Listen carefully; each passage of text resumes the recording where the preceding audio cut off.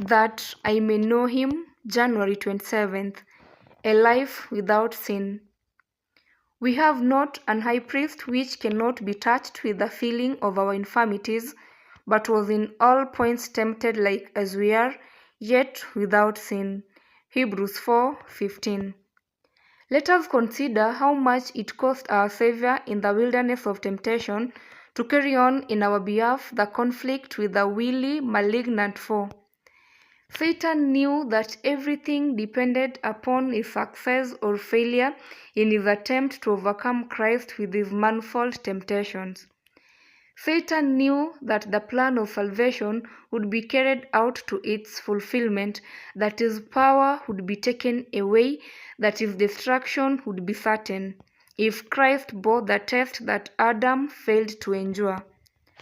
The temptations of Satan were most effective in degrading human nature, for man could not stand against their powerful influence. But Christ, in man's behalf, as man's representative, resting wholly upon the power of God, endured the severe conflict in order that he might be a perfect example to us. There is hope for man. The work before us is to overcome as Christ overcame. He fasted 40 days and suffered the keenest pangs of anger.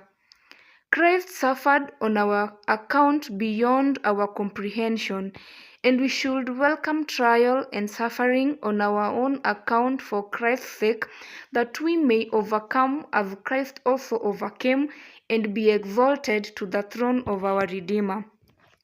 We have everything to gain in the conflict with our mighty foe, and we dare not for a moment yield to his temptations. We know that in our own strength it is not possible for us to succeed.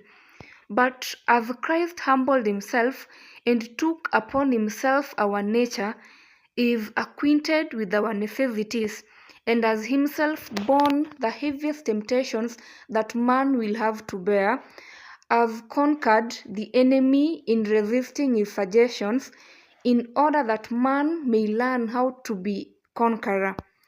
He was clothed with a body like ours, and in every respect suffered what man will suffer, and very much more. We shall never be called upon to suffer as Christ suffered, for the sins, not of one, but the sins of the whole world were laid upon Christ. He endured humiliation, reproach, suffering, and death, that we, by following his example, might inherit all